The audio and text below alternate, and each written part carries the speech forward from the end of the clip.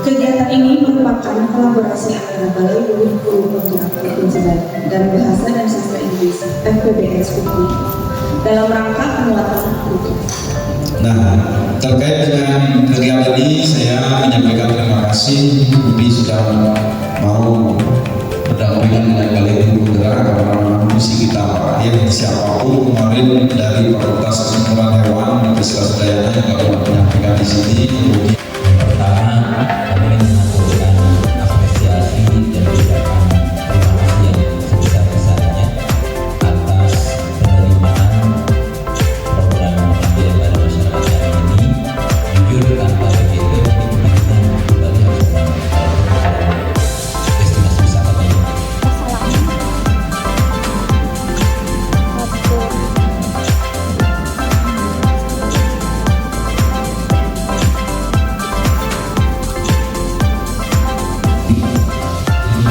Itu malah menjadi trauma. Ini pasti ada tagihannya dari BDP, ada tagihan dari dinas, ada tagihan dari sekolah. Nah, nanti kita akan jelaskan. Nanti saya juga akan mengundang Bapak Ibu dosen yang akan menjelaskan kira-kira dalam sebulan ke depan Bapak Ibu akan memperoleh apa, literasi yang seperti apa yang akan kita tawarkan. Next. Bu Ita.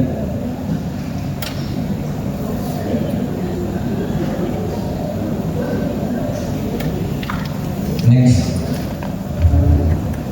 Bapak Ibu, saya akan menjelaskan tentang latar belakang mengapa perlu ada pelatihan ini. Walaupun tadi sekilas sudah saya sampaikan urgensi dari pelatihan ini, kemudian tujuannya, apa yang kita harapkan bisa kita sasar dari pelatihan ini, kemudian metodologi.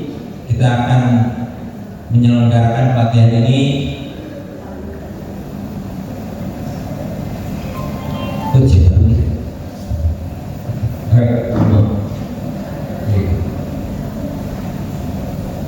metodologi seperti apa, dan kemudian jadwal dan pelatihan seperti apa, kemudian terakhir evaluasi.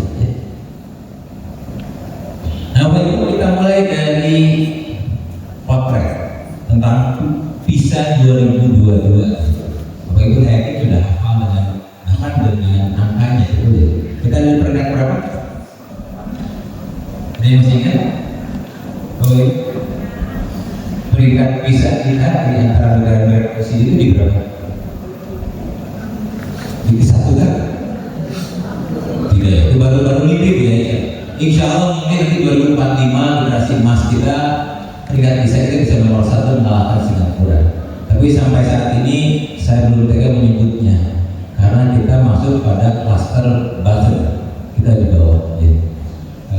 Ini kurang lebih gambaran untuk Asia Tenggara. Jadi di Asia Tenggara agak menilai kita ada di peringkat 6 karena kalau di dunia menakutkan Bapak Ibu, menakutkan. Nah, yang lebih menakutkan Bapak Ibu, saya kira Bapak Ibu juga sudah mengenal fakta ini. Kita cukup bangga dengan kenaikan peringkat, betul kan ya? Dibandingkan 2018 peringkat PISA naik 5 peringkat, dan kita bangga. Tapi kita harus evaluasi, nilai kita jatuh.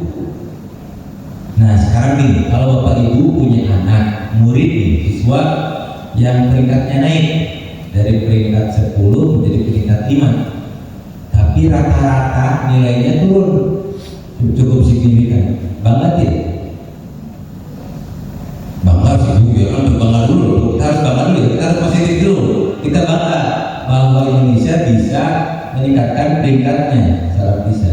Tapi kita evaluasi kan, secara rata-rata nilai kemampuan literasi kita itu turun dari 2018, dan ini adalah PR kita. Jadi kita tidak boleh menganggap bahwa ini adalah PR-nya Mas Nadiem. Kita bisa membayangkan sebetulnya Mas Nadiem tinggal 5 bulan ya Bapak Ibu ya. Kita tidak pernah tahu kan pasca pelantikan Presiden Prabowo ini siapa yang akan menakodai Kementerian Pendidikan. Bahkan kita tidak tahu kementeriannya apakah masih tetap seperti sekarang atau dipecah lagi. Itu tidak. Tapi yang jelas yang akan terus bertanggung jawab untuk mengurus pendidikan adalah kita semua.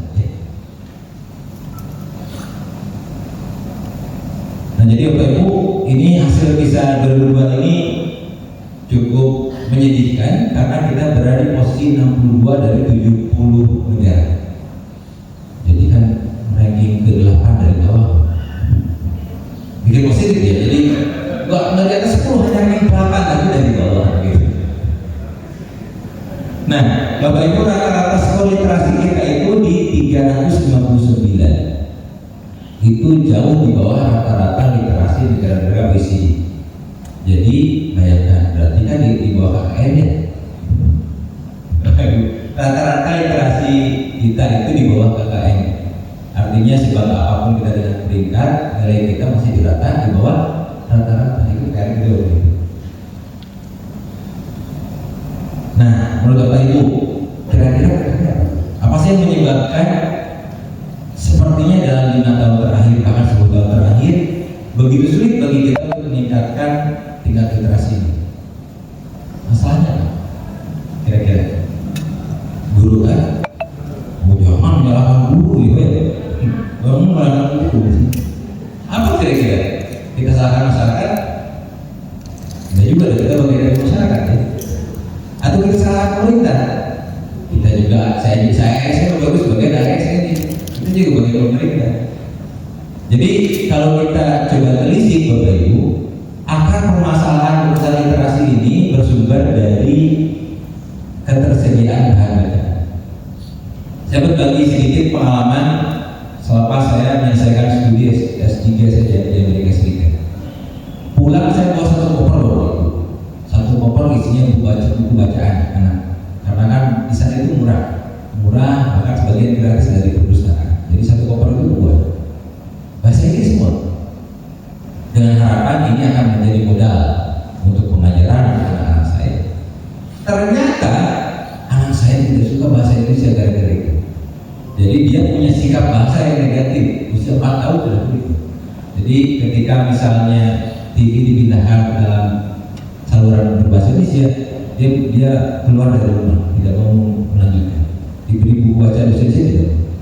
Nah akhirnya kami di rumah itu memutuskan untuk menghentikan semua akses terhadap buku dan sumber bahasa Inggris. Karena bukan hanya dia bersikap negatif, dia tidak punya teman-teman. Jadi dia bermain dengan teman-temannya, kata teman-temannya, aneh, bahasanya aneh, kita nggak ngerti. Dan bahkan kasihannya neneknya berkeluh kesah pada kami. Saya tidak bisa ngobrol dengan cucu saya karena dia ngomong bahasa Inggris, sementara ibu saya menggunakan bahasa Sunda. Nah akhirnya kami mencari buku-buku bacaan bahasa Indonesia dengan ekspektasi yang sangat tingginya dengan buku bacaan bahasa Inggris. Kan ada credit readers ya kalau bahasa Inggris itu ya. Dan credit readers ini kan secara substansi keren, secara tingkat literasi, credibility itu sudah terukur. Nah akhirnya kami pergi ke Gramedia, waktu itu masih ada Gunung Agung ya, dan segala macam. Buku banyak, bahkan buku kita kan kertasnya keren, ilustrasinya bagus. Tapi pas saya baca, ada dengan teks, bayangkan buku untuk usia 4 tahun, teksnya itu bisa 3/4 halaman. Dan terlalu didaktis. Padahal buku bacaan Inggris, baru saya sudah tahu, itu kan tidak pernah ada pengajaran. We have to be truthful, we have to be honest, tidak ada. Sementara buku kita apalagi yang berbau keagamaan, pasti ada ayat suci, pasti ada hadis Nabi. Padahal itu adalah buku anak. Jadi anak yang masih polos, walaupun kita tahu mereka punya nilai, tapi langsung disedori dengan ini ayat sucinya, ini hadis Nabi-nya. Padahal sepertinya cukup saja dengan kisah Nabi-nya, kisah sahabatnya. Karena nanti justru ada konsentrasi dari situ ya. Kita bisa mengajak, membaca dan berdialog dengan anak. Kira-kira sesuai dengan penangkapan dia, apa nilai yang bisa diambil dari bacaan. Nah itu yang penemuan pribadi. Saya mencari berbagai toko dan mengumpulkan sejumlah buku dan ternyata masih banyak PR. Akhirnya 2015-2016 saya melakukan penelitian untuk mengukur tingkat literasi anak usia ini berangkat dari pengalaman anak saya. Saya ingin tahu nih, usia 5 sampai 7 tahun anak Indonesia sudah bisa apa secara literasi, terutama karena kami dari program studi bahasa, maka saya mengukur tingkat kemapanan bahasa. Dan ingat Bapak Ibu, ini tidak ada urusan dengan kemampuan baca tulis. Jadi tingkat kemapanan linguistik atau bahasa itu tidak ada kaitannya dengan kemampuan calistung. Maka kami melakukan pengukuran, mengambil sampel beberapa tahun yang mengajarkan calistung dengan yang tidak. Kami ingin lihat sejauh mana ada pengaruh calistung dengan tidak dengan tingkat kemapanan membaca literasi. Bisa ditebak hasilnya apa? Ternyata program calistung berbanding terbalik dengan tingkat kemapanan literasi anak PAUD. Saya ulangi, program calistung ya, di mana anak kita kan dipilih untuk bisa mengenali simbol ya, itu berbanding terbalik dengan tingkat kemapanan literasi membaca anak PAUD. Jadi PAUD yang lebih berfokus pada play guys, ya, main yang terstruktur, main yang tidak terstruktur, anak-anaknya jauh lebih matang secara kemampuan bahasanya dibandingkan PAUD yang dari pagi sampai siang katakanlah mengajari anaknya bagaimana cara membaca simbol. Nah itu kan sudah jadi PR yang lain kan ya, betapa membaca saja, kemampuan membaca simbol saja itu tidak cukup mengantarkan anak untuk menjadi literat. Karena yang saya ukur itu bukan kemampuan membaca, kemampuan literasi. Jadi walaupun anak-anak PAUD yang belum bisa membaca simbol, ternyata tingkat literasinya tinggi. Bapak Ibu ingin tahu apa faktor yang paling determinan? Sekolah kan? Ya, sekolah berpengaruh. Karena saya memilah sekolah dengan akreditasi A, yang B, sekolah yang unggul, sekolah yang biasa, sekolah yang SPP-nya 500.000 per bulan dengan sekolah yang SPP-nya 50.000 per bulan, bedanya 0. Nah tapi uniknya Bapak Ibu, sekolah yang SPP-nya 50.000 per bulan itu programnya lengkap. Kalau di Bandung itu dari mulai Ikro sampai dengan calistung, kan menarik minat masyarakat kan, sudah murah, programnya lengkap, anak bisa ngaji, bisa baca dan berhitung. Makanya ketika kita sudah masuk ke SD pasti lolos. Sekolah-sekolah PAUD yang akreditasinya bagus, unggulan, favorit, masuknya saja sama dengan masuk ke perguruan tinggi, bahkan biasanya juga ada wisuda. SPP-nya 500.000 tidak diajari calistung. Nah itu pertama, faktor yang kedua itu mana menurut sekolah. Yang kedua waktu yang mempengaruhi lingkungan rumah. Makanya kita sebagai pendidik, kita juga harus mengajak masyarakat, orang tua untuk juga ikut berperan serta. Karena tidak mungkin kita mendidik anak bangsa tanpa melibatkan orang tua. Jadi berdasarkan hasil riset saya, ternyata lingkungan literasi yang kayak di rumah itu berbanding lurus dengan tingkat literasi anak. Jadi Bapak Ibu jangan hanya membelikan ponsel, TV besar, tablet, gitu.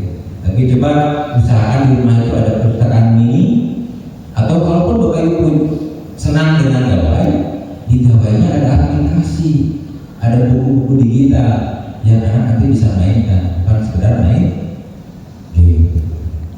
Dan yang ketiga yang ternyata determinan dengan tingkat literasi anak itu adalah pengalaman literasi di rumah. Saya kalau begitu penerangan di rumahnya banyak perpustakaan ya, buku perpustakaan, entah diambil dari sekolah atau beli sendiri. Nah tapi itu tidak cukup Bapak Ibu. Bapak saya guru SD, dan di rumah itu ada majalah, ada buku-buku yang dipinjam dari sekolah. Jadi dari kecil saya begitu dekat. Tapi itu tidak cukup. Jadi berdasarkan riset itu, keberadaan buku-buku di rumah tidak cukup meningkatkan tingkat literasi anak. Mengapa? Karena harus ada interaksi. Penggeraknya yang sangat sibuk ya.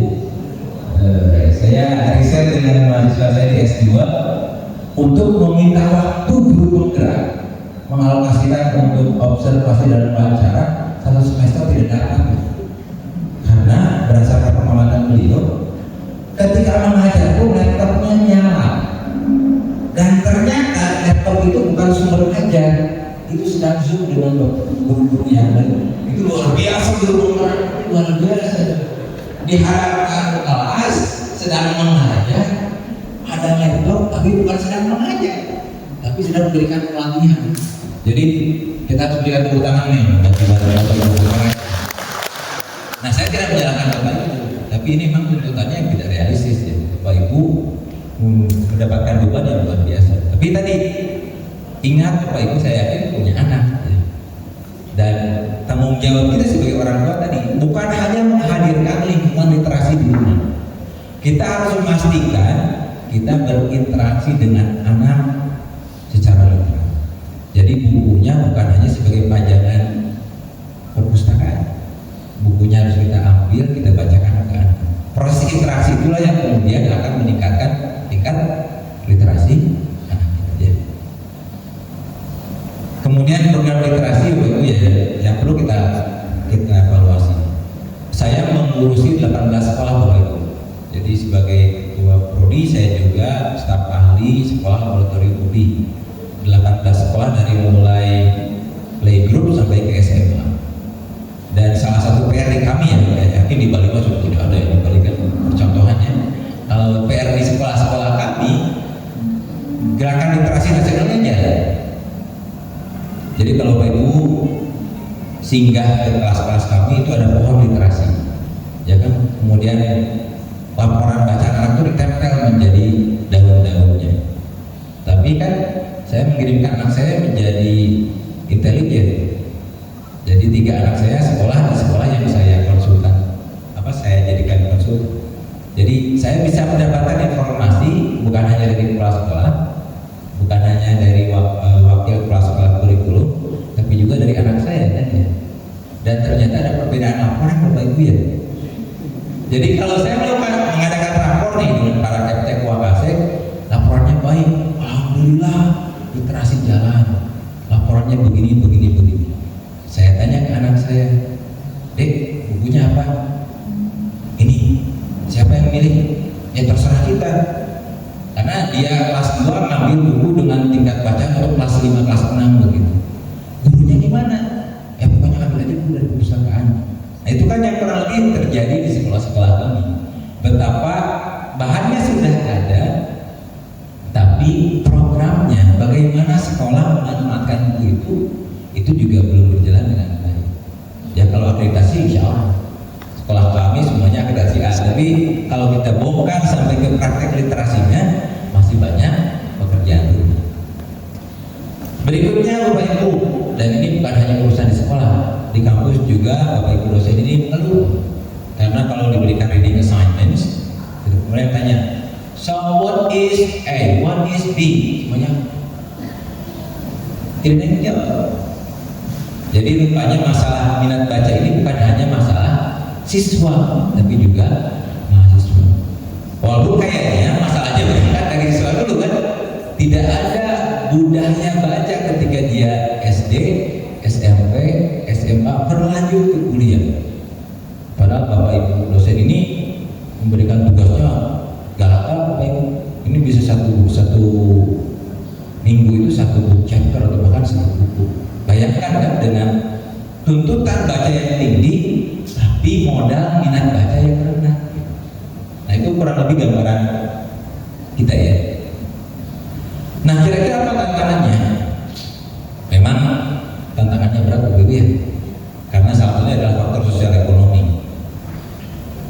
Betapa kebutuhan makan bergizi gratis masih harus menjadi prioritas dibandingkan pendidikan gratis sampai perguruan tinggi.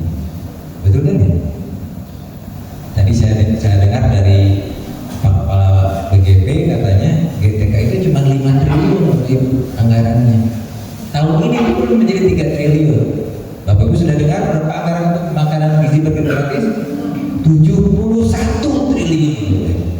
Bayangkan 71 triliun habis untuk makan siang gratis. Baru kebutuhan ini Bapak Ibu, belum ini, baru kebutuhan ini. Jadi PR kita bagi Bapak Ibu penggerak yang seharusnya menggerakkan ini kan Bapak Ibu ya, kan tidak mungkin orang bergerak kalau ininya tidak bergerak kan ya. Ternyata kebutuhan masyarakat kita masih di sini, masih di kebutuhan perut, makanya prioritasnya makan bergizi gratis. Karena tadi faktor sosial ekonomi, masih banyak orang yang miskin, masih banyak orang yang lapar. Itu juga alasan mengapa Pak Jokowi kalau datang ke sekolah, datang ke daerah, membawa apa hadiahnya? Sepeda, bukan buku. Karena dugaan saya nih, kalau Pak Jokowi bawa buku, akan ada yang hadir. Buat apa buku? Di sekolah kan bisa dipakai, di sekolah juga udah banyak buku kan. Tapi kan kalau sepeda lumayan nih, mau datang transportasi dari rumah ke sekolah. Jadi itu gambaran betapa memang sudut mindset masyarakat kita itu masih di wilayah ini, belum di wilayah ini, begitu ya. Kemudian faktor kultural. Walaupun baru sehari ya tahun ini ke Bali, kan memang budaya kita itu budaya orasi betul ya. Budaya kita itu budaya orasi, makanya wayang menjadi salah satu trademark. Tapi secara literasi, prasasti misalnya, itu kan kalah jumlahnya dibandingkan dengan budaya orasi. Jadi memang faktor kultural kita tidak begitu mendukung karena budaya kita ada budaya ngobrol. Sebelum tidur kita biasa meninabobokan anak kita dengan cerita, dengan dongeng. Belum menjadi kebudayaan kita ketika kita mengambil buku bacaan anak, kemudian meninabobokan anak kita dengan membaca buku. Dugaan saya anak kita menjadi tidak tidur ya. Wah, jadi terbayangnya ulangan nih, ujian nih gitu, kalau lihat buku ya. Tapi kalau diceritakan secara orang, dia kemudian bisa tidur. Nah terakhir memang keterbatasan waktu dan sumber. Nah ini yang saya titip betul pada Bapak Ibu guru di BGP ini, guru penggerak ini. Karena Bapak Ibu itu orang-orang yang hebat dengan tuntutan yang tinggi, maka harus pintar-pintar membagi waktu. Kan jangan sampai tugas kita sebagai guru penggerak kemudian melupakan tugas utama kita sebagai pengajar dan pendidik gitu. Kalau dalam konteks kami misalnya kita sebagai dosen tugas utamanya adalah mengajar dan pendidik kan. Jadi jangan gara-gara si A menjadi pejabat, si B menjadi administrator, kemudian dia lupa mengajar. Karena tadi memang guru-guru kita paham, apalagi guru-guru penggerak. Tapi kan tadi kapan saya paham untuk melaksanakan program ini? Jangankan mengurusi literasi sekolah, mengajar kelas saya sendiri aja kerepotan, gitu kan ya? Apalagi kalau kita lihat beban administrasinya kan banyak, betul kan? Yang saya dengar beban administrasinya banyak, jadi PR kita banyak. Oke, kita lanjutkan. Program kita banyak, Bapak Ibu, mulai dari gerakan literasi nasional, kemudian program Indonesia Pintar, sampai dana pos itu bisa dipakai untuk pengadaan buku. Jadi infrastrukturnya sudah mulai terbangun, softwarenya sudah mulai ada. Tinggal kita yang bergerak bagaimana kita bersama-sama perguruan tinggi, Bapak Ibu guru penggerak, kemudian masyarakat, kita gerakkan agar literasi ini bisa berjalan. Nah, peran sekolah apalagi dalam konteks kurikulum merdeka kan sangat sentral, Bapak ya. Pengajaran sekarang harus berbasis proyek agar anak betul-betul mendapatkan pengalaman yang nyata. Kemudian Bapak Ibu, dalam konteks hari ini literasi itu bukan tugas guru bahasa. Saya ulangi lagi, literasi bukan tugas dan tanggung jawab guru bahasa. Literasi itu adalah tanggung jawab semua guru, karena literasi itu harus diintegrasikan pada setiap mata pelajaran. Bapak Ibu kalau lihat soal-soal PISA Itu bukan hanya kemampuan bahasa Inggris, tapi kan kemampuan numerasi juga ada di situ, kemampuan berpikir ada di situ. Nah, saya sekarang tanya, kemampuan berpikir tugas siapa? Tugas setiap guru kan? Nah, makanya karena kemampuan berpikir merupakan bagian dari literasi harus menjadi tugas setiap guru. Lanjutkan, kemudian nanti akan diperkenalkan oleh Pak Budi dan teman-teman yang sekarang sedang banyak diperbincangkan adalah literasi multimodal. Tapi jangan sampai salah paham, ini bukan berarti modal pembiayaan ya, bukan. Kami kesini bukan untuk menawarkan investasi ataupun pinjol ya, bukan. Ini modal yang lain gitu. Kemudian tadi saya sampaikan orang tua harus apa? Kita sebagai orang tua juga pastikan akses ke bahan bacaan itu harus tinggi Bapak Ibu. Jadi tadi saya sampaikan bapak saya saja sampai meminjam buku dari sekolah untuk disimpan di rumah, dipinjam agar anak-anaknya baca. Nah, kita pun kan kalau punya modal kita bisa membeli itu. Jadi kita hadirkan lingkungan literat di rumah. Kemudian tumbuhkan budayanya Bapak Ibu. Jadi buku bukan sekedar background buat Zoom ya, tapi buku atau perpustakaan di rumah itu menjadi tempat bermain anak, di mana kita berinteraksi dengan anak dengan bahan bacaan. Nah, ini yang penting Bapak Ibu dalam konteks Gen Z atau generasi Alpha Mart ya, generasi Alpha. Mereka itu belum lahir saja sudah dicek menggunakan 4D. Belum lahir. Saya bertanya pada ibu saya, Bu, waktu saya masih dalam kandungan, bagaimana ibu tahu bahwa saya cowok? Ibu malah pasrah. Permasalahan kita, warna baju seperti apa? Karena kan harus biru atau ungu kan gitu. Kata ibu, bukan pikiran saya. Nggak ada urusan warna baju kan. Yang penting nanti kita lihat aja yang lahir itu hasilnya. Anak kita hari ini baru 4 bulan aja sudah pakai mobil. Wah, kelihatan gerak-gerak dengan semua teknologi yang begitu canggih. Terlahir kemudian dia sudah menyentuh layar begitu. Hari ini Bapak Ibu lihat anak-anak bermain bukan di tempat permainan. Kalaupun mereka nongkrong, mereka pegang gawai, mereka pegang HP. Kumpul seperti ini bukan diskusi, mabar, main bareng gitu. Padahal zaman saya dulu kan masih muda ya Bapak Ibu. Gitu. Iya kayak gitu. Kita kalau ke lapangan kan main kan ya. Jadi kalau bersama teman kita ngobrol, ke lapangan kita main. Saya perhatikan anak-anak saya dan teman-teman dia, walaupun dia ngumpul, buka HP main bareng gitu.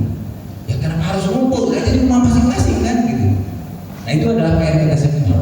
Makanya salah satu yang harus kita lakukan adalah mengatur screen time. Prinsipnya adalah imunisasi, bukan sterilisasi. Saya menghargai Bapak Ibu yang punya prinsip saya mengharamkan gadget bagi anak saya. So, bisa kuat sampai kapan? Bisa yakin gitu Bapak Ibu anaknya tidak menyentuh itu?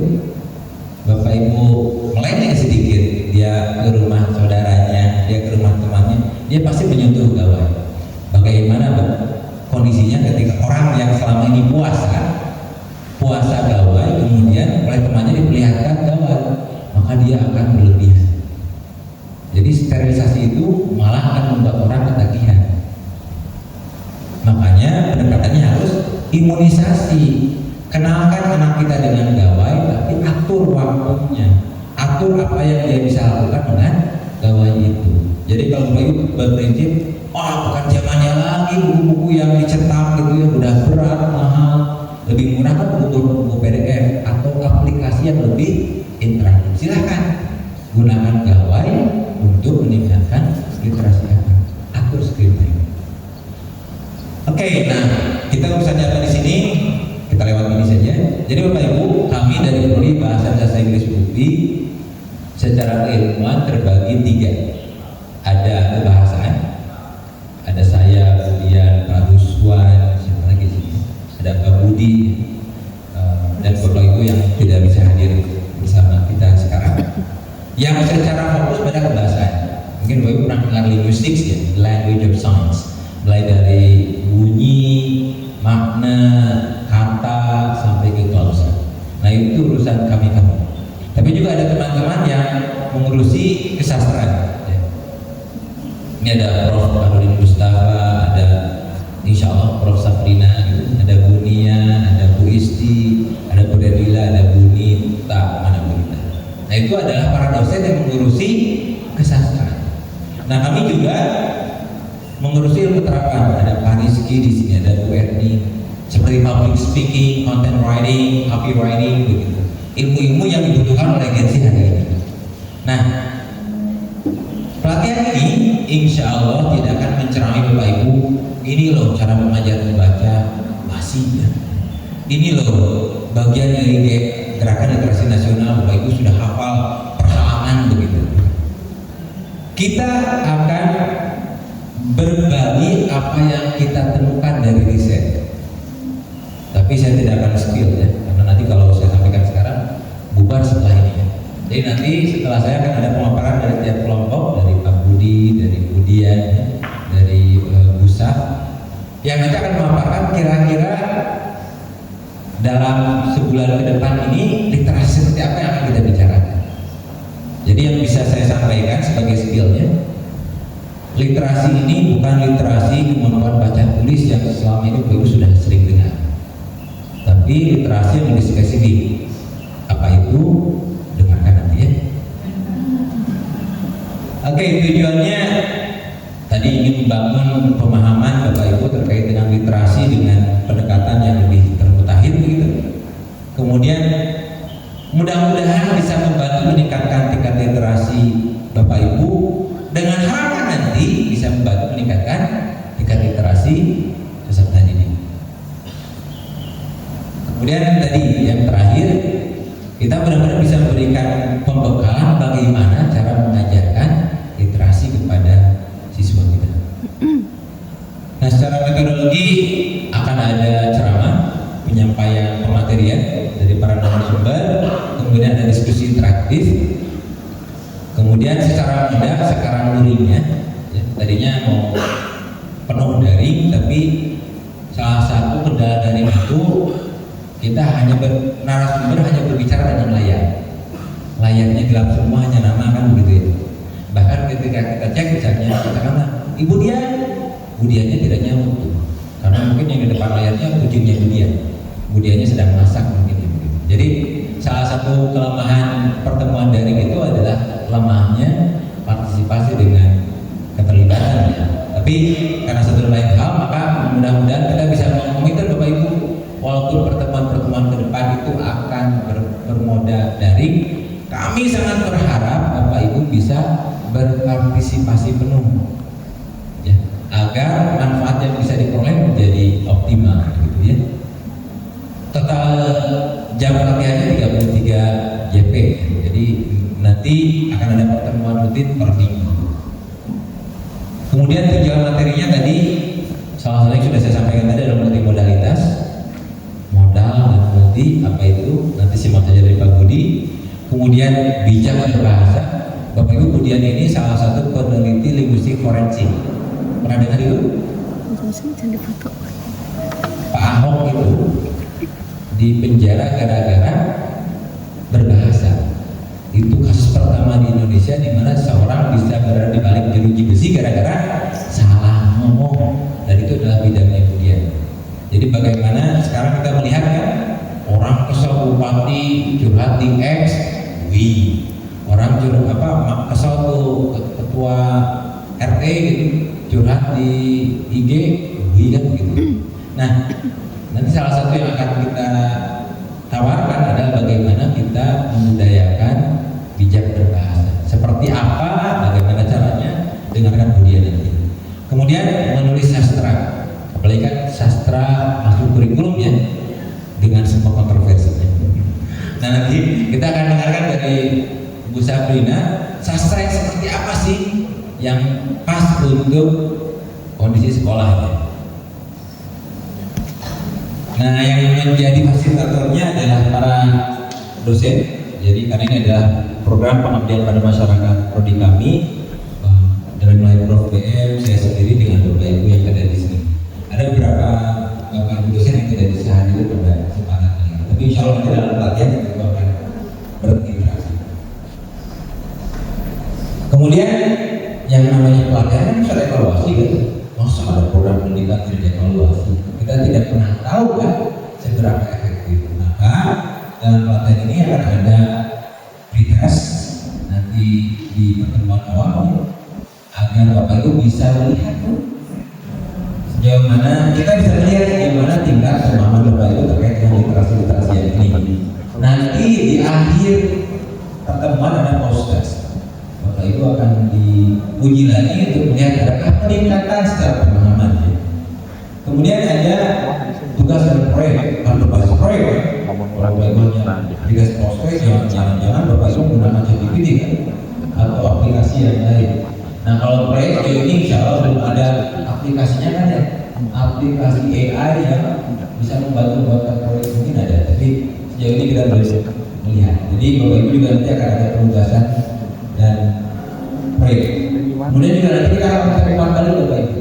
Jadi harapan kami ini bisa menjadi momentum awal untuk kampus turun ke masyarakat, ke sekolah, kepakaran kami kemudian bisa bersinergi, bisa membantu meningkatkan dalam konteks ini tingkat literasi guru dan siswa. Mungkin ini bisa saya sampaikan, saya kembalikan ke kita ada tanya jawab begitu atau kalau ada yang ditanyakan, apa baik? Kalau tidak saya bertanya. Maka ada yang mau ditanyakan atau ada kesan begitu atau ada tanggapan saya?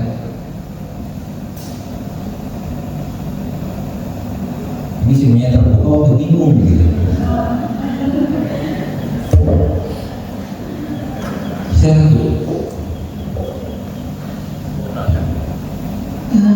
Perkenalkan saya Putri Dasari dari SMP Negeri Perkasa Pasar. Terima kasih atas kesempatannya sehingga saya bisa berada di sini bertemu dengan Bapak Ibu dosen yang hebat-hebat. Begini, terima kasih kami telah diundang. Kami ingin menyampaikan bahwa tadi kan disampaikan bahwa ada jadwal daring di tanggal 13 Juli. Mohon maaf untuk kami yang di Bali itu kebetulan ada hari raya suci, hari raya Saraswati. Nah, takutnya nanti pada saat kegiatan tersebut kami tidak bisa optimal untuk mengikuti. Mohon jika ada solusi, mohon dibantu untuk diberikan solusi untuk jadwal tersebut. Terima kasih. Baik, kalau itu yang saya hormati, jadi jadwal itu tawaran. Jadwal kami itu berupa tawaran, bukan arahan, karena siapa kami kan mengarahkan Bapak Ibu. Pada temuannya mungkin buat surat instruksi Bapak Ibu tidak bisa tidak patuh kan, tapi kan kami hanyalah mitra. Jadi kami hanya menawarkan, walaupun nanti di tanggal 13 itu berbentrokan, kita nanti bisa jadwal ulang di jadwal yang lain. Jadi Bapak Ibu nanti akan ada narasumbernya untuk program ini dan nanti tinggal komunikasikan. Jadi kalau misalnya ada program lain ya yang berbentrokan dengan BDP misalnya, kita bisa atur di hari yang lain. Jangan khawatir. Ada yang lain mana?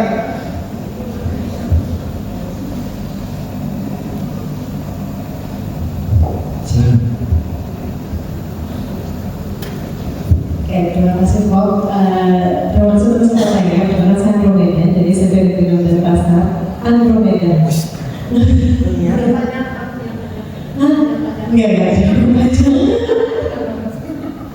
Oke, ada satu hal yang mungkin saya akhir-akhir ini sudah lama sekali ini terkait dengan literasi yang ada di Indonesia. Karena saya percaya literasi itu bukanlah sebuah budaya yang di Indonesia. Oke. Untuk membuat anak-anak mau membaca itu dari saya saja sebagai keturunan sebelumnya itu tidak dibudayakan literasi, tapi kebetulan rumah saya dibudayakan. Jadi saya kalau dalam Islamnya alhamdulillah saya suka membaca, gitu, tapi untuk seterusnya tidak. Gitu. Di Yang membuat saya terjadi adalah begini, Prof. Keponakan saya ingin mencari SD. Tapi ketika tadi Prof membahas masalah kalistung itu hasilnya berbalik terbalik dengan anak-anak tidak mendapat kalistung itu, tapi di SD itu keponakan saya tidak lulus hanya gara-gara dia tidak bisa membaca, dan pada akhirnya itu memaksa orang tua untuk ya udah harus berleskan kalistung aja kayak gitu, Prof. Nah, kalau dari sistem pendidikan di SD saya sudah kayak gitu, Prof, bagaimana bisa mengubah dari kecil anak tersebut untuk tidak ikut kalistung, dan mengapa juga malu ya kadang kalau anaknya sampai nggak dapat SD, dan swasta pun begitu, yang bayar sampai 350.000 apalagi negeri. Itu ternyata dari saya mau gimana ya menanamkan. Pak Menteri udah bilang literasi orang tua banyak pakar udah ngomongnya, tapi di bawah aplikasinya kurang. Terima kasih. Baik, Bapak Ibu, kan kita tinggal di Konoha ya. Kita tidak, Indonesia itu negara yang luar biasa. Jadi makmur, maju, sehat, Cina. Kita bicarakan Konoha. Nah, di Konoha ini memang tantangannya Bapak Ibu antara Jakarta, Bali sudah berbeda. Keinginan pusat daerah berbeda. Konsep dan pelaksanaan berbeda. Secara konsep tidak ada tes untuk masuk SD. Tes apa? Karena maka untuk masuk TK juga bukan banyak. Didas itu dari SD kan, bukan dari TK. Kenyataannya untuk masuk SD harus punya ijazah TK. Tidak cuma itu Bapak Ibu. SD sekarang ada tes mulai dari psikotes dengan tes dari situ. Nah, karena saya bukan Mas Menteri, saya juga bukan panitia pelayanan, dan saya juga bukan konsultan ahlinya, saya tidak bisa berkata-kata. Karena tadi menurut saya itu kontraproduktif dengan yang namanya gerakan literasi. Bagaimana mungkin kita ingin membudayakan sesuatu dari usia ini kalau kemudian patokannya adalah baca tulis. Betul, baca tulis itu entry point. Tidak mungkin kita literat tanpa bisa baca tulis kan. Kenyataannya Bapak Ibu, anak-anak kita diajari baca simbol, tapi mereka tidak paham. Betul kan? Anak-anak kita tingkat literasinya tinggi, baca tulisnya tuh. Coba tes reading comprehension, jeblok. Mereka bisa membaca tapi tidak memahami apa yang mereka bisa baca, apa yang mereka baca.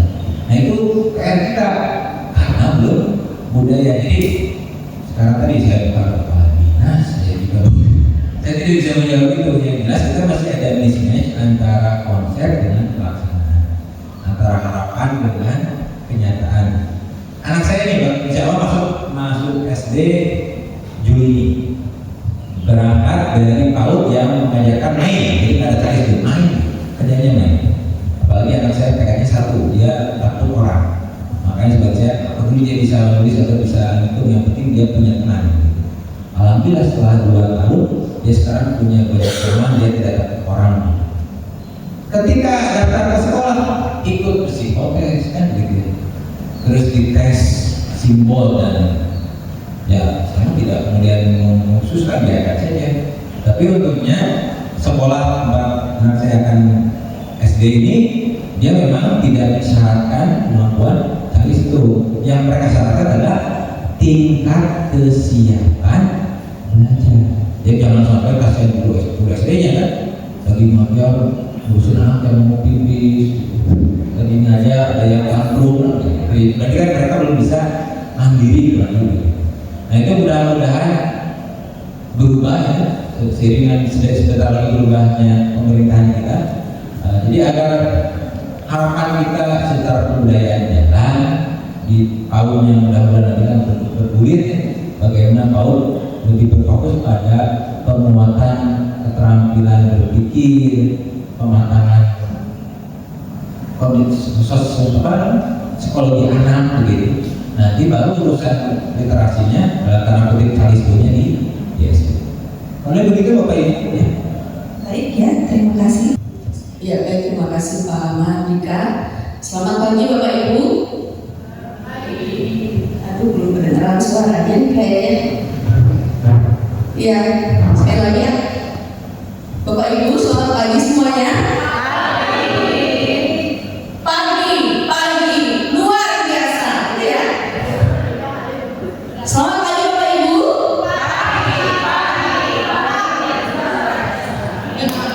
Iya.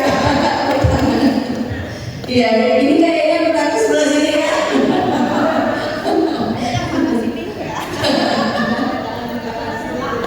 Iya.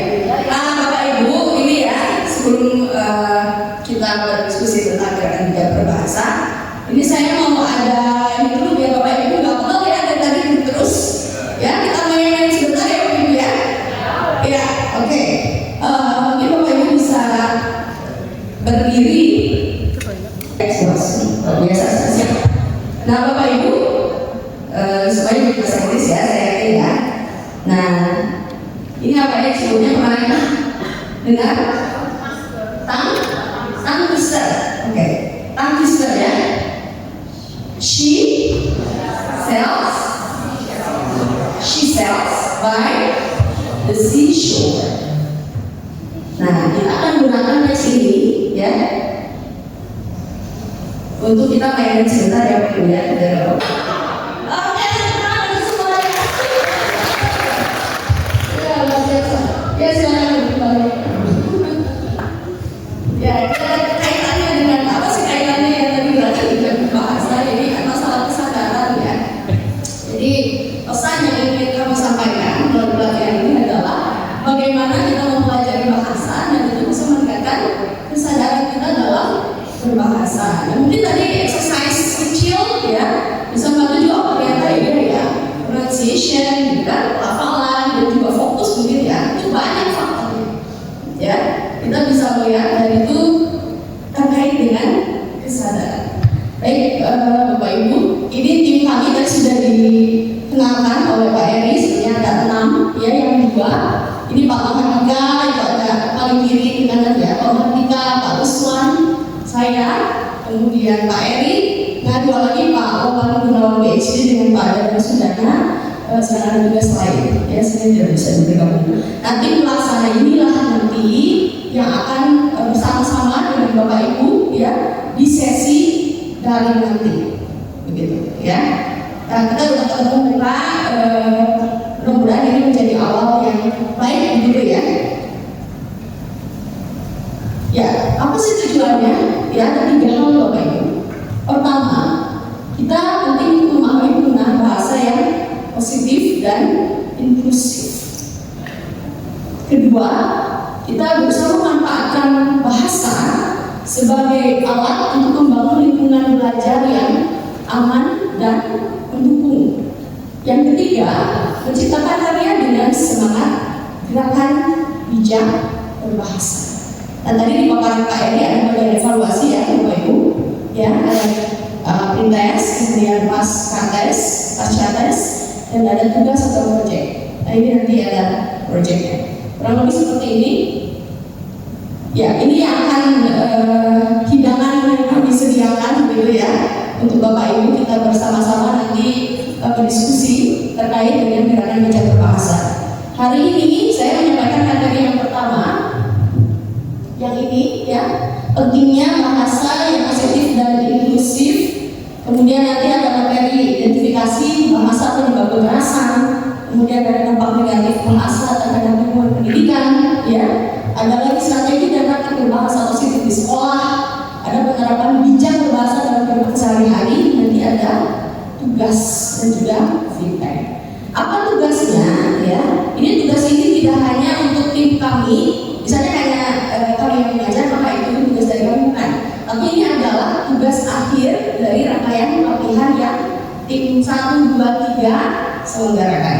Ya, bentuknya nanti dalam bentuk kampanye Bapak Ibu, ya karena kami ini sangat peduli dengan adanya, dengan terbitnya Permendikbudristek terkait dengan pencegahan dan penanganan kekerasan di lingkungan satuan pendidikan. Ya, jadi itu nanti akan kita bahas dalam sesi ini, gitu. Ya. tugasnya tadi ada kampanye terkait dengan bisa perundungan ataupun kekerasan seksual. Tadi modalitasnya Bapak Ibu peroleh dari timnya Pak Budi, ya, bagaimana memerlukan gambar, tulisan, ya, dan sebagainya. Kemudian nanti untuk terkait dengan linguistiknya, kebahasannya ada di kami.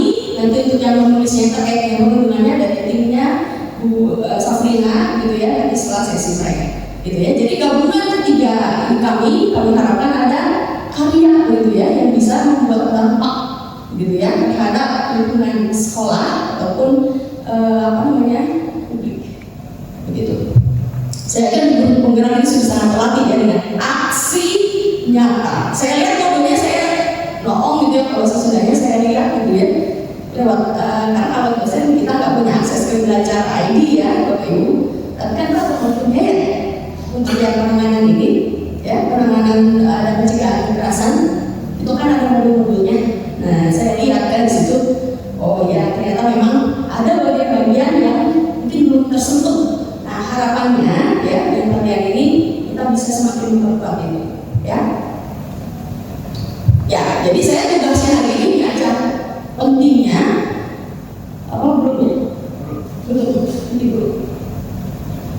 pentingnya bahasa yang positif dan inklusif. Nah sebenarnya kalau bicara pentingnya bahasa yang positif, apa sih pentingnya? Saya cukup satu slide lagi saja dan selesai Bapak Ibu. Ya, pentingnya 1, 2, 3 dan selesai. Ya. Nah tetapi sebelum sampai ke sana, ya, saya ada cerita dulu yang ingin saya bagikan Bapak Ibu. Ya, cerita dari mana? Dari perjalanan penelitian saya, ya, terkait dengan dengan perundungan, ya, penelitian terkait perundungan. Nah, saya akan mulai dengan ini. Ada yang kenal dengan Carl Jung? Baru sekarang? Oh ya udah. Kalau baru sekarang nanti saya kenalkan ya. Iya, kan jadi banyak kenalan kan hari ini ya. Iya, kenal dengan para dosennya, kenal dengan materinya, gitu ya. Akan sesi perkenalan.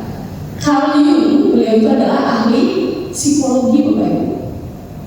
Ya, itu aja cukup ya. Tapi kalau banyak jadi kuliah psikologi dong. Beliau mengatakan conflict exists strictly as an opportunity to raise our consciousness. Apa itu?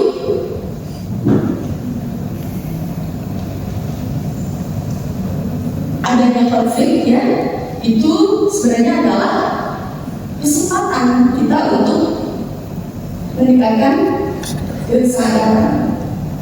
Ya, nah karena bahasan saya hari ini ada tentang bahasa, ya, jadi kita lihat ada konflik kebahasaan ternyata Pak Bu, ya, konflik kebahasaan. Pernah mengalami konflik kebahasaan?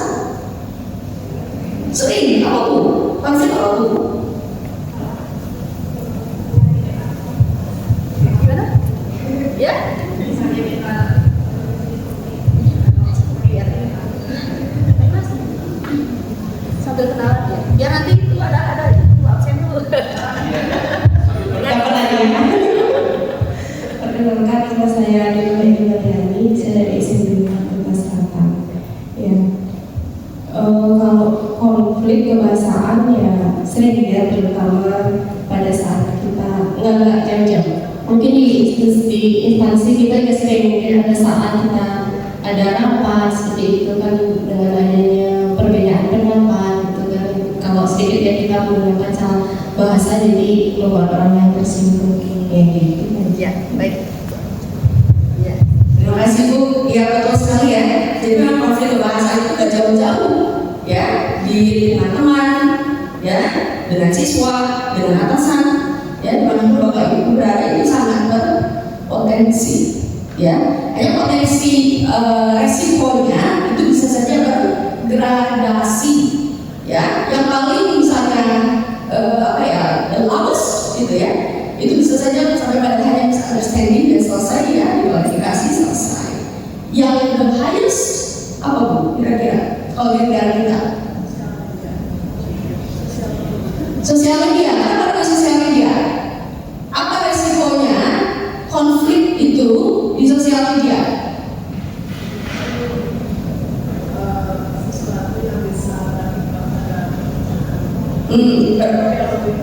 Berakibat fatal. Wah, luar biasa ya analisisnya ya. Tangan dong. Sampai ke perpecahan di NKRI. Dan tidak berhenti sampai di situ Bapak Ibu. Ya, ketika itu sudah diketahui, ya, memicu perpecahan di NKRI, maka apa? Ada konsekuensi legal. Apa ujungnya? Dan itu, ya, ujung-ujungnya bisa penjara, kan gitu. Ya, karena hukum positif itulah yang berlaku di negara kita. Kesalahan kebahasaan, konflik kebahasaan bisa berujung pidana. Nah, itu yang coba kita antisipasi gitu ya di lingkungan satuan pendidikan, ya. Nah, tadi konflik kebahasaan, ya, yang bisa mengarah ke perang bahasa. Nah, ternyata perang itu tidak hanya perang medan ya Bapak Ibu ya. Ya, di Gaza di sana dengan bom, tidak hanya itu. Ya, perang bahasa juga terjadi. Tadi misalnya kan lewat WhatsApp, ya, bahasa Sundanya cental, bahasa Balinya. Jadi berargumen gitu. Apa? Bahasa Bali itu apa? Rata-rata. Oh, jadi balas itu kemudian balas lagi terus gitu kan? Rata-rata juga. Kita saya juga dapat kabar. Nah, yang baik, ya, rata-rata.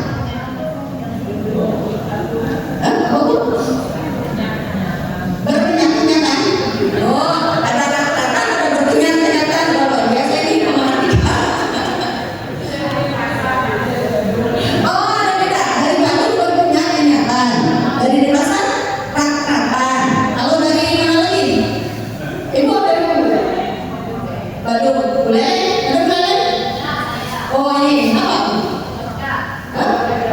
Ke Jogja, luar biasa. Rata-rata, saya sampai minat ya, rata-rata. Kenyataan ke Jogja. Ada lagi daerah mana lagi di sini? Sama, ada yang beda nggak istilahnya tadi? Beradu argumen. Cental, kalau bahasa Inggris. Siapa Sunda ya, bisa ya? Ya, perang bahasa, apa itu? Aziz 2019 mengatakan, ya, Aziz ini kepala Badan Bahasa, ya, di Jakarta gitu ya, Badan Pengembangan dan Pembinaan Bahasa, mengatakan perang bahasa itu adalah menggunakan bahasa secara sengaja, ya, sebagai alat atau senjata oleh penutur atau penulis untuk kepentingan dirinya atau kelompoknya dengan tujuan, ya, tujuannya menyerang gagasan, pikiran, perilaku, ya, kehormatan ataupun apapun lah gitu ya, diserang gitu ya, kondisi fisik gitu ya, martabat gitu ya,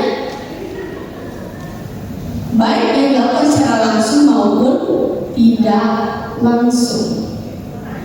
Nah, itu konflik kebahasaan yang bisa mengarah pada perang bahasa. Jadi senjatanya ini digunakan apa di sini? Kalau perang bahasa itu senjatanya apa? Ya, apa? Hantaran.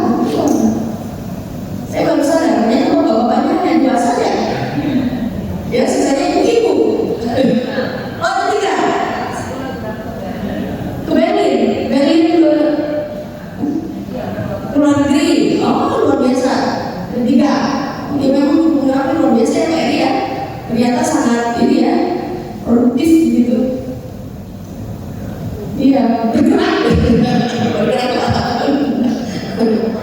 Bapak tadi bapak, ada jangan ini juga bapak. Bapak tanya kan? Iya. Nah, itu ya. Jadi senjatanya adalah kata. Makanya ini ternyata sangat kuat Bapak Ibu, sangat powerful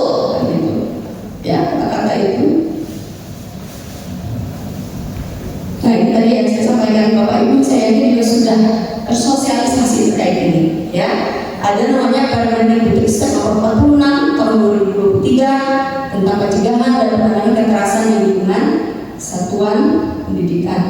Ini di dalamnya sudah terlihat komprehensif, mulai dari definisinya juga sudah ada, gitu ya. Apa sih? Karena kalau kita bicara kekerasan, maksud kekerasan itu apa sih? Itu harus jelas dulu definisinya, ya. Jadi jangan perundungan itu ya, siswa itu kan hanya kok kita bercanda aja, gitu kan? Hanya bercanda aja, gitu, nggak serius, gitu, ya. Nah ini ya, siapa sini ya kita suara perundungan? Sorry dulu, canda aja, ternyata itu masuk, ya bisa masuk, ya kekerasan psikis awal mungkin itu, yang kena tuh mentalnya dulu kan gitu, ya. Makanya definisi apa jelas, bentuknya apa saja, kekerasan yang budaya mulai dari kekerasan fisik, psikis, ya lengkap ada di sini dijelaskan. Mekanisme pencegahannya bagaimana, ya, sampai ada pembentukan tim kan gitu ya di lingkungan satuan pendidikan. Ada sudah terbentuk belum Bapak Ibu di sekolahnya? Sudah? Ya, PPK sudah ada? Sudah Bu. Ya mungkin nanti di lain kesempatan saya ingin juga mengeksplorasi ya, seperti apa gitu ya, dan kasus-kasus apa yang ada di sekolah, ya. Atau mungkin kita juga bisa berkolaborasi kalau Bapak Ibu berminat penelitian misalnya, bisa berkolaborasi dengan kami juga, ya kayak gitu. Bapak Ibu yang ada di lapangan yang berkaitan dengan siswa kan gitu ya, datanya Bapak Ibu punya, ya, jadi bisa juga support secara akademiknya dari kami. Saya lihat Bapak Ibu berarti udah oke. Kalau Pak Prodi udah anggun berarti udah oke Bapak Ibu, gas ya, gas. Dan termasuk mekanisme penanganan. Nah, jadi ini akan saya bahas ya. Masih ada beberapa menit Bapak Ika? Saya tidak bermaksud meluruh dunia. Ada 5 menit lagi tersisa, mohon berbahasanya dengan bijak supaya disampaikan. Siap. Karena saya hanya punya satu slide saja gitu Bapak Ika tentang perbedaan bahasa yang tadi ya, positif dan negatif. Tapi ceritanya mana dulu? Ya, karena biasanya kita lebih memahami ada siang ketika ada malam terus gitu ya. Bapak Ibu yang pernah misalnya ya hidup tinggal ya di negara yang 4 musim, ketika terus malam tuh kayaknya sedih, bahkan ada ini ya misalnya winter blues. Karena kalau winter itu malamnya lebih panjang daripada siang, jadi orang kurang matahari itu jadi lebih apa ya? Ya kurang gairah, mudi gitu ya. Itu jadi kita akan lebih memahami siang ketika ada malam. Kita bisa memahami bijaksana ketika ada yang tidak bijaksana. Ya aman, ketika tidak aman, termasuk perang. Makanya saya kompreskan saja dulu ya dengan tadi fakta-fakta bahwa konflik kerbahasaan itu ternyata memang ada, dan bagaimana kita sebagai guru ya, sebagai pendidik bisa berbuat sesuatu apalagi terkait dengan bahasa. Bapak Ibu mengajar bahasa dan memang ada di situ, jadi sudah tepat ya. Nah ini saya lihat ya, saya coba Google, ternyata kasus perundungan di Denpasar juga ada ya Bapak Ibu, dan kasus juga kan gitu ya. Sampai saya lihat ada Bupati di Dana untuk langsung sosialisasi. Ya, dan dari riset juga ya, ini statistik ternyata di SMP itu tingkat perundungannya itu paling tinggi. Ya, ini data 2024 tanggal 20 Februari. Ya. Nah, itu sengaja juga kenapa kami memilih 2 SMP di antara itu. Ya, ternyata banyak kasus perundungan itu di SMP. Ya. Nah, apa sih yang dirundung itu, gimana sih realisasi kata-katanya, ya? Atau apa yang dilakukan ketika merundung? Ya, selain melalui kata-kata, intimidasi, ya, dikucilkan itu kata-kata juga diantaranya kan? Ya, selain tadi pakai moda yang lain kalau begini kan gitu ya, moda yang lain. Nah, ada dihina, orang-orang diancam, ya. Nah, dari rentetan ini semuanya lebih banyak kata-kata. Ya, kan Bapak Ibu? Ya,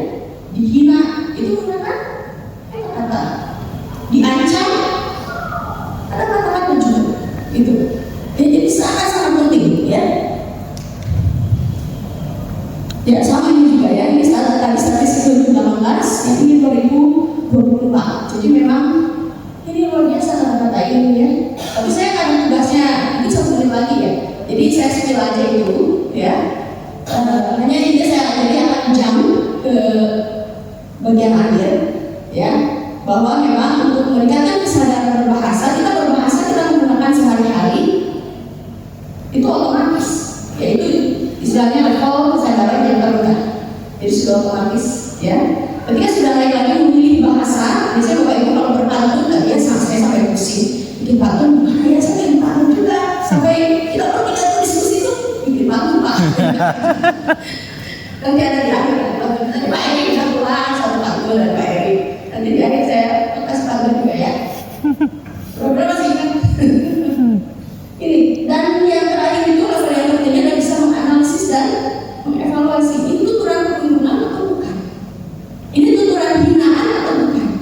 Ya karena kalau di level seperti misalnya ahli bahasa yang digunakan untuk pengadilan memberikan keterangan itu kan harus bisa menjelaskan betul tidak sih kata-kata ini mengandung hubungan, betul nggak sih ini berisi hinaan? Ya tadi Pak Eri menambah satu contoh kasus ahok misalnya, ya blasfemi, ada nggak sih mengandung itu? Nah jadi itu sudah pada level menganalisis dan mengevaluasi itu bisa berarti ya kesadaran berbahasanya sudah di level yang tertinggi ya, dan bijak berbahasa itu atau di analisis linguistik itu ya bisa sangat bermanfaat pada level ini yang tertinggi gitu. Harapannya kan gitu ya, ketika kita semua bisa sampai pada level itu kita bisa lebih bijak berbahasa, karena ketika kita misalnya mengatakan sesuatu kita menganalisisnya dulu sebelum dianalisis orang kan gitu ya. Nah walaupun memang ya kadang ada saja, tapi itu adalah fungsi meminta maaf. Kalau enggak apa sih fungsi meminta maaf kan gitu ya. Aduh pematikan kalau 3 detik lagi bahasa sekarang habis. Ya itu kan sebenarnya ya. Saya mau jam aja ke slide terakhir. Ini ada mungkin 1 menit lagi ya. Oh ya tuh ini bagian pematikan. Baiknya pematikan. Nah ini aja, ya saya ingin menyampaikan pesan ini sesuai dengan tugas saya. Jadi mengapa penting ada bahasa yang positif dan inklusif di pembelajaran dan diferensiasi ya, di materi yang didukung gerak saya ini pada ya, kita mengenal siswa itu unik ya kan Bapak Ibu, dan kita bisa karena subjek gitu ya. Jadi kita bicara satuan pendidikan, sebenarnya siapa sih yang kita ingin tingkatkan kemampuannya? Siswa, ya kan? Iya, kalau siswanya merasa tidak aman karena ada perundungan, ya, merasa didiskriminasikan, ya itu kan tidak aman. Makanya itu ya, karena fokus kita ke siswa. Ketika siswa merasa aman, maka harapannya motivasi belajar, ya, prestasi, ada seperti itu. Menciptakan iklim belajar yang kondusif, memfasilitasi pengembangan interpersonal, empati dan kepekaan sosial. Ya, perlu ada pengajaran secara eksplisit. Ya, bagaimana mengekspresikan sesuatu. Saya kira itu penting. Ya, dari pengalaman saya melakukan penelitian dengan kepolisian, ya, wawancara investigasi polisi. Jadi mereka tahu prinsipnya. Bekerja itu harus profesional kan gitu ya. Humanis ya dan sebagainya. Tapi ketika dicek, Bapak gimana kalau lagi memeriksa gitu ya, lagi memberikan pertanyaan ya, investigasi, itu bagaimana Bapak menerapkan prinsip humanis? Oh gini Bu, kami jelaskan dulu hak dan kewajiban dari setiap periksa. Apakah itu humanis? Realisasi dari humanis? Apa itu realisasi tuturan yang mencerminkan humanis? Bukan. Ya, itu mah bahasa undang-undang, ya kan? Jadi sebenarnya mengatakan hak dan kewajiban itu dari siapa? Ada pesan institusi kan gitu ya, yang kemudian disampaikan, ya, gitu. Jadi karena ada gap antara prinsip dengan praktek. Nah itu, ya. Nah siswa juga sama, ya. Ini anak-anak itu harus berkata dengan sopan. Gimana anak? Berkata itu harus gimana? Sopan. Udah gitu, ya. Jadi waktu anak kecil begini aja tanpa apa gitu kan, tadi harus sopan. Masa harus diajarkan kan gimana sopan itu. Ketika saya mau ke anak kecil, gimana sih bilang yang sopan? itu, jadi prinsipnya mereka tahu bahwa berdagang harus sopan, tetapi realisasi tuturannya apakah mereka mengetahui? Ya, jadi kalau di pragmatik itu sangat penting ada pengajaran secara eksplisit untuk itu, ya. Nah, yang lainnya mempromosikan kepemimpinan dan kewakilan negaraan yang baik. Ya, ini juga sangat terkait dengan profil pelajar Pancasila. Membangun kolaborasi dan komunikasi yang efektif. Ini juga sama. Ini mendukung 6Cs, ya kan? Global citizenship, gitu. Ya, berkolaborasi, kita yang harus dibangun, bukan kompetisi. Ya. Dan yang poin yang sangat terakhir dari saya, ini untuk membangun komunitas sekolah yang mendukung pertumbuhan serta perkembangan siswa secara holistik. Demikian Bapak Ibu dari saya, nanti pantunnya ya terakhir. Silakan Bapak. Ya baik, kemudian silakan mikir dulu dari pantun. Sambil kita akan buka sesi tanya jawab. Saya kira masih sangat umum tadi gambaran yang diberikan kemudian, tapi dalam beberapa sesi daring ke depan kita mungkin akan elaborasi lebih lanjut ya kemudian dari poin-poin tadi. Barangkali Bapak dan Ibu ada yang hendak disampaikan atau ditanyakan kepada tim kami.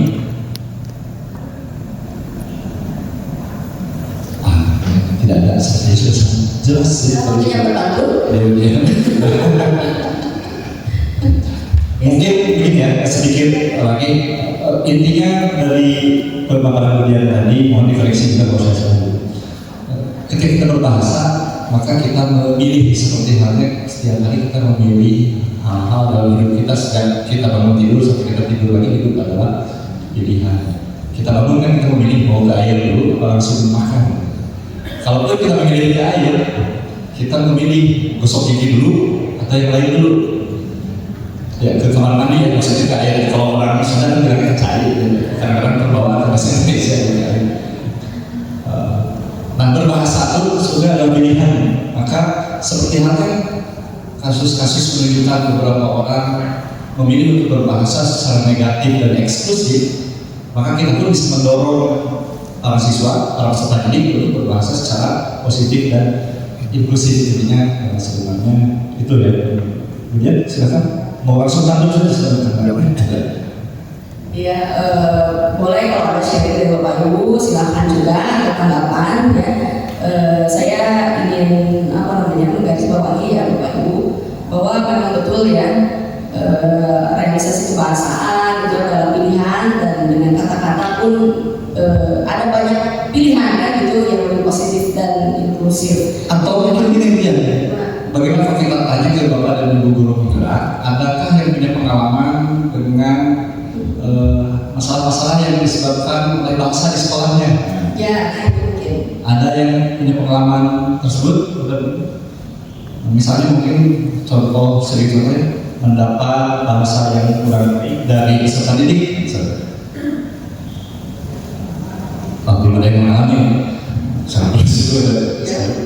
Silakan kalian. Mungkin ada Bapak Ibu, mungkin masih malu-malu ya. Ya mungkin nanti di sesi diskusi yang lain bisa. Hanya memang secara wacana perundungan ini sekarang sedang lagi santer. Makanya kita harus bikin juga wacana yang untuk perundungan ya kan gitu. Ya kita harus bahas itu gitu kan kali-kali. Ya kita gaungkan seperti apa gitu. Itu sangat penting. Dan yang hal lain yang penting menurut saya, karena memang saya lihat di penelitian terkait perundungan ini belum ada yang khusus membahas bagaimana perundungan secara kebahasaan dibangun gitu. Jadi data yang saya miliki ini data yang terkait dengan perundungan di Jakarta, di Depok begitu. Itu kan ada kata-kata yang khas ya Bapak Ibu ya. Seperti misalnya lu, lagu ya. Dan itu datanya ada, dan ternyata dengan mengatakan itu bisa menimbulkan excitement ya. Jadi bisa menimbulkan dampak lain, tuturan lain yang tadi nyat rata-rata ya tahu. Iya. Ya itu jadi pacar-pacar itu tadi ada argumen awalnya itu lu lagu dijawabnya apa? Ternyata nah itu kan harus diajarkan juga siswa biar tidak terjadi eskalasi kan gitu.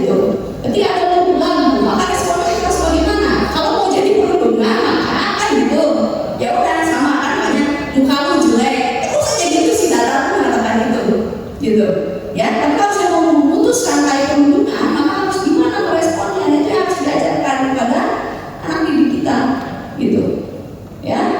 Itu ya, ini kami belajar juga ya Pak Manika ya, Pak Ruswan dari tour guide tentang kata-kata yang jangan disebutkan dulu, jangan sebutkan kata-kata itu karena konotasinya berbeda katanya gitu ya. Nah mungkin itu ya, jadi ada kata-kata juga yang sangat kasar bisa dibahasa paling ya, dan saya yakin mungkin siswa-siswa di sekolah juga masih ada yang menggunakan bahasa Bali ya Bapak Ibu. Iya, nah itu mungkin yang perlu juga kita pahami gitu ya, untuk tingkat daya luka begitu. Ya. Ya. Karena Bapak dan Ibu tidak ada yang bersedia untuk berbagi kisah supaya tidak cerita gitu dia tadi mungkin sedikit cerita saja dari saya. Ini soal dua kata tadi, kalau tadi contoh dari Budian itu lagu, ini di kasus yang lain, ini di sebuah sekolah itu ada 2 orang anak, kedua-duanya berbeda jenjang, yang satu kelas 9, yang satu lagi kelas 7. Yang anak kelas 9 ini bilang ke anak kelas 7, hanya 2 kata yang cemen lu. Nah, cemen lu. Kebetulan anak kelas 7 ini ayahnya itu katakanlah preman ya, di terminal. Dan ini buntutnya panjang gitu, karena kemudian jadi banyak preman datang ke sekolah, keamanan sekolah terganggu, kenyamanan belajar siswa juga terganggu. Ternyata akibat dari ketidakbijakan berbangsa ini ya, dapat merebet keamanan. Itu kan sedikit ilustrasi dan contohnya. Dan dalam sesi-sesi dari ke depan kita mungkin akan elaborasi contoh-contoh lain dan juga cara-cara pencegahannya lebih lanjut. Dan mudah-mudahan nanti akan ada manfaat selain sesi di hari ini, di sesi-sesi dari juga semoga ada manfaatnya. Saya kira bisa kita tutup ya untuk sesi kali ini. Saya akan kembalikan ke ketua tim kami mungkin atau ke Budian lagi. Pantun Budian. Pantun. Oh, Budian sudah menemukan pantunnya, jadi silakan Budian. Ya, yang ini saya ingin ini juga semangat dari Bapak Ibu ya. Saya coba semangat paginya, Bapak Ibu pagi luar biasa ya. Selamat pagi Bapak Ibu. Pagi luar biasa. Ya, terima kasih Bapak Ibu. Jalan-jalan ke Pulau Bali. Mau aku memandikan? Nonton tarian adat Pendek, itu bacanya ya? Oke deh. Demikian dari kami. Semoga bermanfaat.